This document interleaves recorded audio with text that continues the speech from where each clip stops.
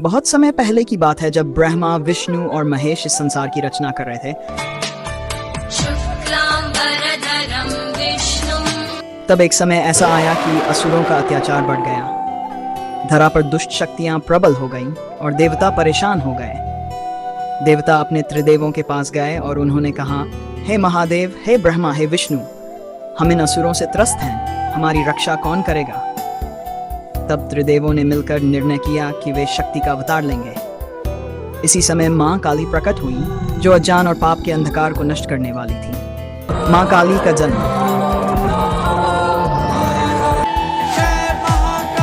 कथा है कि एक बार दानव राक्षसों ने देवताओं के बीच युद्ध छेड़ दिया। देवताओं की सेना हार रही थी। ब्रह्मा ने सोचा, ऐसे समय में केवल दिव्य शक्ति ही उन्हें हरा सकती है।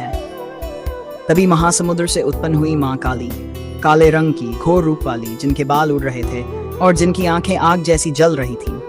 मां काली का रूप देखकर सभी दुष्ट भयभीत हो गए। उनकी भयानक भुजाएं, ताम्र और जटाओं में चमकती मणियां और गरजती दहाड़ से ही सभी असुर कांप उठे। मां काली का युद्ध असुरों से। मां काली ने अपने शक्तिशाली त्रिशूल और खड्ग उठाए और असुरों पर प्रहार करना शुरू किया। 1. महिषासुर का वध। महिषासुर, जो आधा मनुष्य और आधा बैल था, उसने सारे देवताओं को परास्त कर दिया। मां काली ने अपने अद्भुत रूप में उसे पकड़ा और उसकी हर शक्ति को नष्ट किया। उनकी भयंकर आंखों की ज्वाला ने महिषासुर को धरती पर दबा दिया। राक्षसों का संहार। अन्य दुष्ट राक्षस भी डर से कांपने लगे। मां काली ने अपने जटा में मुंह फाड़ कर उनका संहार किया।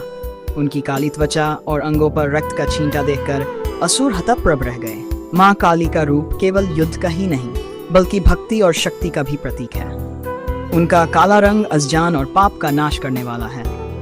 उनकी भयानक दृष्टि दुष्टों को विनाश में डाल देती है, लेकिन भक्तों के लिए ये सुरक्षा और आशीर्वाद का स्रोत है। मां काली की भुजाएं शक्ति, भक्ति और न्याय का प्रतीक हैं। देवताओं ने देखा कि मां काली के बिना असुरों को हराना संभव नहीं है। तभी उन्होंने काली माता की भक्ति और स्तुति आरंभ की। भक्तों पर मां काली का प्रेम।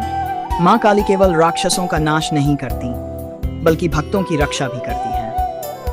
यदि कोई भक्त कठिन समय में मां काली की भक्ति करता है, तो वे तुरंत प्रकट होकर उसकी रक्षा करती हैं।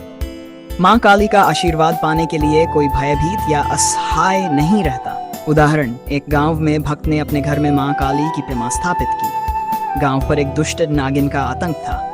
भक्त ने रात को मां काली की स्तुति की और मां काली ने प्रकट होकर नागिन को भगा दिया। मां काली की पूजा और अनुष्ठान। मां काली की पूजा मुख्यतः अमावस्या और नवमी को की जाती है। भक्तों को मां काली के मंत्र और जप का प्रयोग करना चाहिए। उनका प्रमुख मंत्र, मां काली काली देवी नमः।